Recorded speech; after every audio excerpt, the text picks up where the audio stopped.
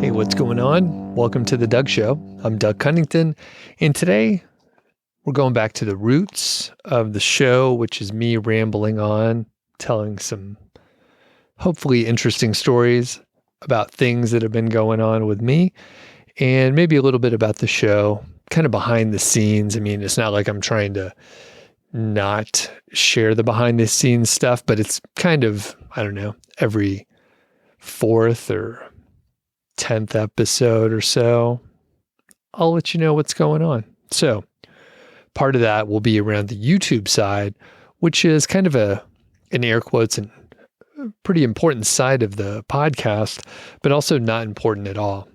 But analytically, it'll be a little bit interesting, maybe. So like I said, kind of rambling on.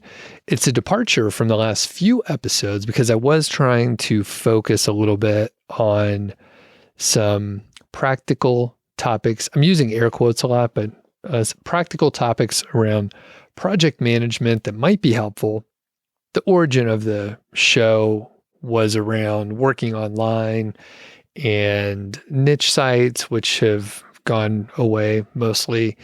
And a lot of the stuff that I was focusing on before, I'm not really focusing on. I'm not selling courses. This is more of a hobby than anything else. However, there's still some audience out there. You find people that want to hear stories, but also I know you want to hear useful things that might be practical. So I'm trying to bring some of that. And I received some nice comments and emails saying, hey, I like the topics that you covered, blah, blah, blah. So anyway, I was like, I'll lean into it. There's some ideas around project management and success and some other pieces where I could hopefully, bring some information to you. But I didn't want to forget about the rambling part of the show where maybe you're not going to learn anything directly. But there's no harm in that. So, number one, I have talked about drinking a lot of coffee in the past. I think I would say I drink coffee like a monster, and I would drink like huge amounts of coffee. And over time, I realized, hey, that makes you jittery and a little crazy sometimes. Great for productivity, but if that's not your ultimate goal, then, it's not super helpful to be jittery and amped up all the time. I also I like caffeine and I like the taste of coffee and other caffeinated beverages. One of my friends told me about the Monster energy drinks, zero, right? With zero sugar. So it's not a huge amount of caffeine. I think 140 milligrams, which, sort of a normal cup of coffee is going to be about 100, but it depends on the strength of the coffee and how big of a coffee you have and all that kind of thing. But anyway, 140 grams isn't crazy. However, I was still drinking coffee in the morning. That said, over time, I realized, hey, I'm drinking too much coffee, cut back a little bit. And typically, I would say over the past 3 years, we're drinking 50% or so decaffeinated coffee and then caffeinated coffee for the other 50%. So I just mix the beans together and it works out well. So I could drink a lot of coffee, which I enjoy, but not get as much caffeine. So for a little while, I was drinking like 2 of those Monster energy drinks. And long story short, the half-life of caffeine is about 6 hours. So if you do the math, and I was like, maybe I'm having like 300 or 400 milligrams of caffeine per day. Even if I don't drink anything after noon, at midnight, it's still like I drank, a Coke or some tea or something like that, which doesn't really help my sleeping. And I used to say, you know what, I could drink a coffee and then go to bed. It still fucks up your sleep. Even if you could drink a coffee at night, it's going to mess up your sleep. You're not going to get as much deep sleep. And it's just not the same as if you cut back. So I was chatting with my friend Rusty a couple weeks ago, and he reminded me about the half-life thing. And he was like, yeah, if you're drinking that much coffee, then you're going to have a little trouble sleeping. He used to be just really heavy consumer of caffeine. So anyway, he's cut back. He likes coffee, and he'll have decaf, and he'll have like a little chocolate. But overall, he's not really consuming coffee or any caffeinated beverages on a regular basis. So I was like, hey, I'm going to cut back a little bit. And I'm not going to cut back completely, but I was like, get rid of the Monster Energy drinks for now, even though I just bought a new case. So I have like 22 of them sitting right over there. But only for special occasions, like if I do need to focus and I really do want the rush of caffeine. The other is just like putting more of the decaf into our normal routine, and to do this in a gradual way. I've done this before where I've cut back gradually over, 3 weeks to a month or so, where I went from like full caffeinated coffee to decaf. And if you do it gradually, you're not going to have the withdrawal symptoms of headaches and irritability and all that kind of thing, or at least minimized, because you're slowly stepping down your caffeine intake. So I'm kind of doing that. I'm not going to cut back completely, but hopefully I'll have some days where I have like no caffeine, or a couple days in a row where there's no caffeine, and I can see how I sleep and see if it gets a lot better. You might be thinking to yourself, Doug, you also mentioned that you drink a lot of beer. That's true. However, I'm doing what we're calling a moist January. Now, I know moist, for some reason, the word moist bothers some folks as a word, but I'm not 100% sure why. I think they think it sounds gross or something like that. So if you're offended by the word moist, you could think of it as a damp. So a damp January. And the thing is, I wasn't planning on it, but my wife usually does dry January. We had some friends visiting over the New Year's holiday and a couple days into the new year. So we were like, yeah, we're drinking, we're going to places and, consuming alcohol normally. So I was like, we'll start it later. And then I had a friend passing through town, kind of a special occasion, and he wanted to meet at a great brewery, Oscar Blues, their tasting room called the Tasty Weasel. So I was like, shoot. Okay. I could have the NA beers and just drink water, but I don't want, basically I was like, fuck it, basically.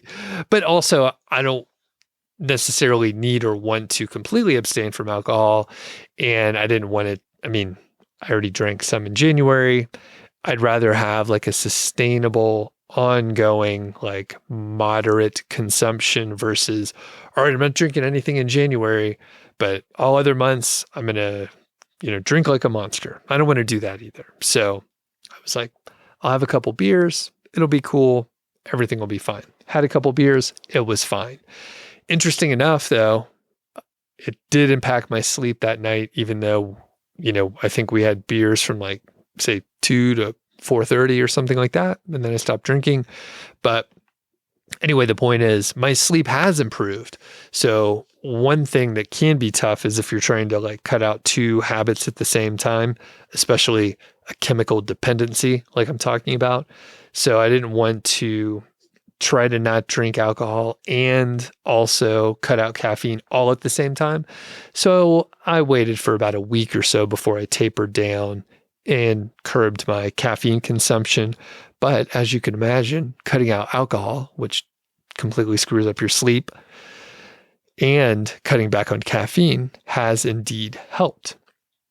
And when you're thinking about it, I was consuming a stimulant and then a depressant, and I was kind of regulating my energy levels based on that, which is not the most healthy thing to do.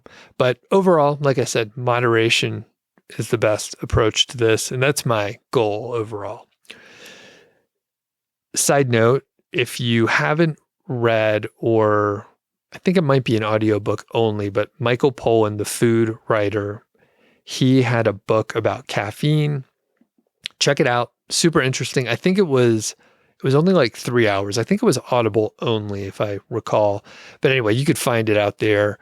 I'm not going to ruin the whole thing, but one of the one of the cool points, the overviews. He cut out caffeine for about 3 months, and he was a daily consumer of a pretty good amount of caffeine. I don't remember exactly, but he said it was fucking amazing when he had that first cup of coffee after abstaining for like 3 months. So kind of a cool idea. And I have heard people say, yeah, I cut back on caffeine and like stop consuming caffeine just so I could have that first cup. And you don't have to have that much, right? You could just have like one cup of coffee and it will blow your mind, or just half a cup of coffee. If you're used to having a bunch of caffeine, if you cut it out for a while, when you have that first little bit again, it's intoxicating, apparently. Very good. Another side topic is my other podcast, MileHighFi. I may have mentioned this in passing, but a little update. I had a sponsor. They left. So they left maybe, I can't remember if it was 6 months ago or a year and a half ago. It's been a little while. It could have been a year and a half. And I was thinking, all right, this is fine. We have a few people donating. However, folks are dropping off and they're not coming back on. And I never did a really good job, and I didn't have a method to encourage people to check out the Buy Me a Coffee or why. It's a reasonably sized show, depending on your perspective, but I would say it gets around 5 to 6 or 7,000 downloads per episode, and that can include the YouTube side, which is much smaller. The overall audience, because not everyone listens to every episode, there's no good way to determine this, but I would say it's probably 10 to 15,000 unique visitors or unique listeners and viewers per month or so. Could be much more than that, but maybe people only listen to every third or fourth episode. Those numbers could be fairly large, folks that are interacting periodically once a month with the show. And I get great feedback when I meet people in person, but with a podcast, it's really hard to hear from your audience, even if there's many thousands of people downloading it and checking it out, and they really enjoy it, right? So I recorded an episode where I had a little bit of content, but I mostly just asked for support. And I told people why. I said, basically, it's a hobby. Software costs money. It costs me about X amount. I think it's $1,300 to $1,500 per year or so. And we're not covering cost. It's pretty fun, but I've done this for about 4 years. And if it costs me money, while it was a fun hobby and I had some, novelty at the beginning, it's not as novel anymore. It is fun, but I also don't have to do it at all. And it would be very easy for me to quit if I'm paying, $125 a month or whatever. I will quit. And it wasn't down to the bone like that. I think I was still bringing in about $100, but I recorded this episode, explained why. And I said, if you want the show to stick around with no ads, then donate in some capacity. And I gave a specific example, let them know what they got as well. Turns out a lot of people do not like ads. And I did notice on other podcasts that I listen to a lot of ads, like ad breaks every 15 minutes, like a radio show, and multiple, ads per break as well. Now, the shows are probably making a pretty good amount of money, and those are bigger shows. So I realize, like, if I had advertisers, I probably wouldn't be able to have as many ads or that sort of thing. But I mean, I'm putting out a show. So all that to say, a lot of people stepped up. I think I more than doubled the number of people that contribute on a monthly basis. And typically it's $5 to $10. So not a huge amount. And if I'm putting out on average 4 hours of content per month, then that's a reasonable ask of $1.25 per episode, basically. And a lot of people stepped up, and it's enough to cover the expenses, which is fantastic. And I kind of decided, I didn't say it explicitly, but I have enough to cover the expenses. That's good to go. I enjoy doing the show. And, for the next year should be good. The plan that I have is to have each episode where I just ask for, donations if they want to do it. Like, hey, if you dig the show, check out the donation options, and just 1 or 2 sentences and kind of leave it at that.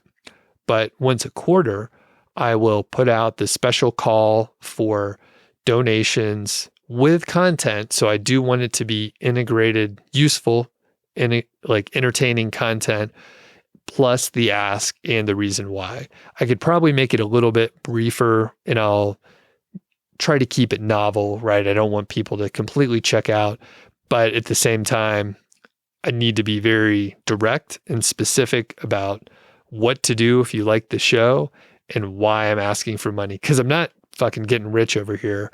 Basically, other shows of a comparable size do run ads, and they're like, hey, buy fucking AG1 for, I don't even know what it is, like $80 a month or what, like whatever absurd price they're charging for the green powder. By the way, AG1, if you want to sponsor the show, just give me a shout. Love to do it. Just kidding. I don't want any fucking sponsors. It's much easier to not have a sponsor and just do it as a hobby. So it worked out well. I was happy, and a lot of people commented when they started supporting the show. They were like, really love it. Keep the ads away. Ads really suck. And just by being direct, it worked well. And it's not that I was afraid to do it, but it was just a different audience, right? So when I was selling courses, I didn't sell too often, but when I did, I was like super direct. I sent 1 email per day for a week or so. In the preceding week, I would send emails as well. I had no major issue with doing that because of the amount of content and information that I was putting out anyway. At the same time, I didn't want to come off like, hey, I started this financial independence podcast and I want to earn a lot of money from it. It's just not what I was trying to do. As I transition into this hobby phase, it became very apparent that I don't want to fucking go back and forth with advertisers and stuff like that and have, I say something that they maybe have an issue with. I didn't want any of that. Side note, I started getting a bunch of emails from Temu that want to sponsor MileHighFi. I guess it has a large enough audience or whatever filter mechanism that they have.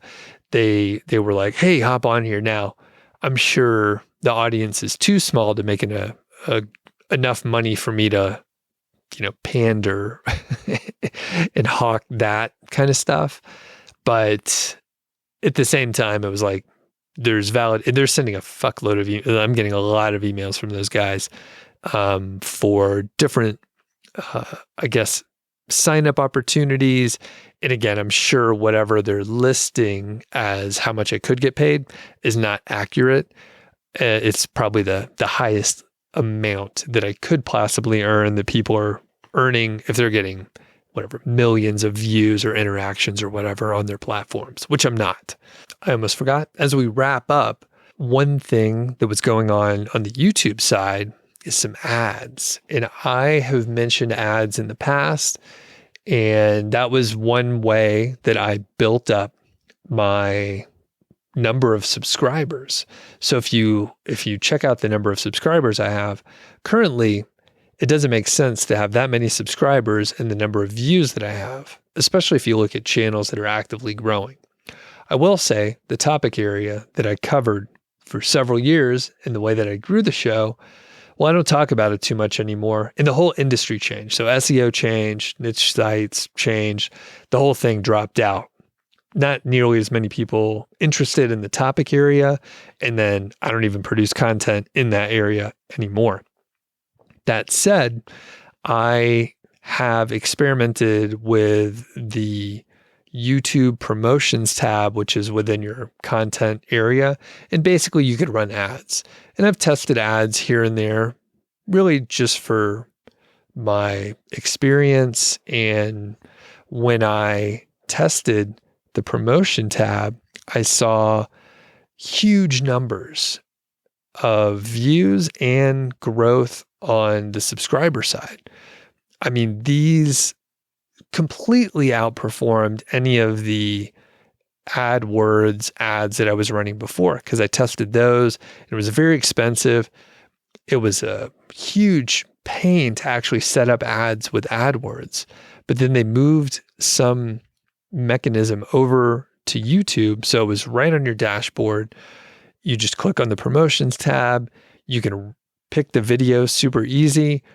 Say if you want to get views or if you want to grow your channel. And there's some other option too. Maybe get people to visit a web page. So they give you 3 different goals, and then you could select the geography. They've changed it over time, but overall it performed really well.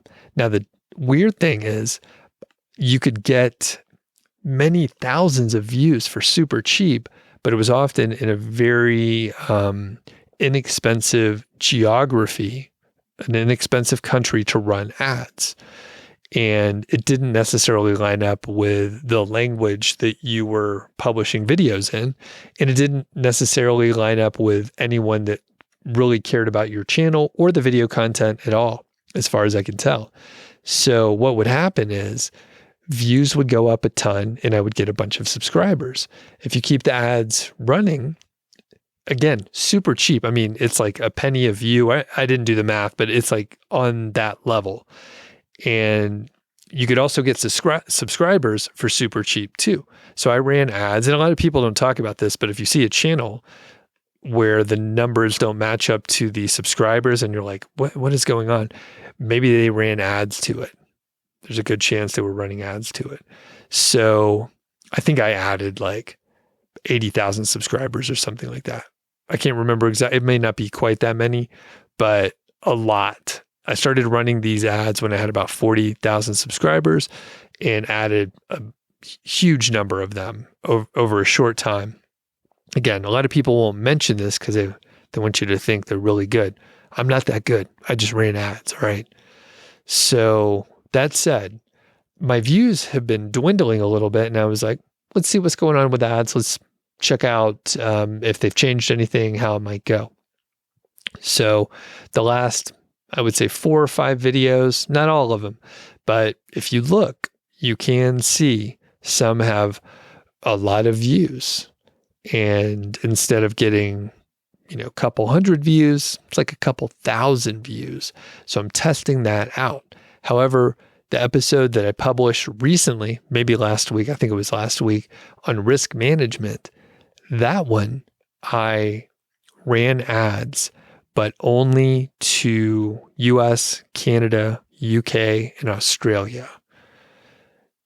Interesting enough, hardly any views. Very expensive, by the way, and hardly any views. And it made me think, is YouTube not even showing this video to my normal subscribers at all? Like, I mean, it only has like, I think maybe 40 views or something like that. And even if I throw up a video, it should get more than that just from normal subscribers clicking through. So I wonder if YouTube is like throttling, like they're like, hey, you're running ads. We want to train you to run ads. We're not even going to let your audience see this video. So I'm super interested to see how it's going to play out. There could be some other, secondary mechanism that's making it like not get views, but it could be like a downstream effect from me running ads versus something like so direct. Like if I'm running ads, YouTube is not going to show my video and not going to suggest it. If you have any insight on this, let me know. Super curious. And I'll test it out. I thought the video that I published, the risk management one, I thought it was actually pretty good. So I was like, shit, it's never the ones you think, right? So anyway, the other side note with the ads and the growth that I had, few years ago when I was running the ads to grow over 100,000 subs, the weird thing was, or maybe not weird, I stopped running ads completely. And then I was losing subscribers each day. So the people that did subscribe from the ads, they would slowly leave over time. Not as fast as they hopped on, but it would be, whatever, 10, 15, 20 lost subscribers per day. Maybe not that many. I don't remember. I don't look at the analytics too much. But people were leaving and they were like, I'm unsubscribing. So slowly over time, it was, several hundred or maybe a couple thousand subscribers left that were obtained through ads. So kind of a curious thing. And I'm not sure the mechanism or who the ads were shown to or who subscribed, but they definitely didn't watch any other videos. And they definitely, it seems, did not give a shit about the content at all. All right. I'm not going to make this last longer than it should. However, I will mention I have this cool new coffee mug from Casa Bonita. And if you know what Casa Bonita is, it's a magical place. Maybe in an upcoming episode, a little teaser, I'll tell you about my recent visit to Casa Bonita. Very fun. I even got my picture taken in the jail there. If you know what I'm talking about, leave a comment or shoot me an email. Really fun place. So thanks a lot. We'll catch you on the next episode.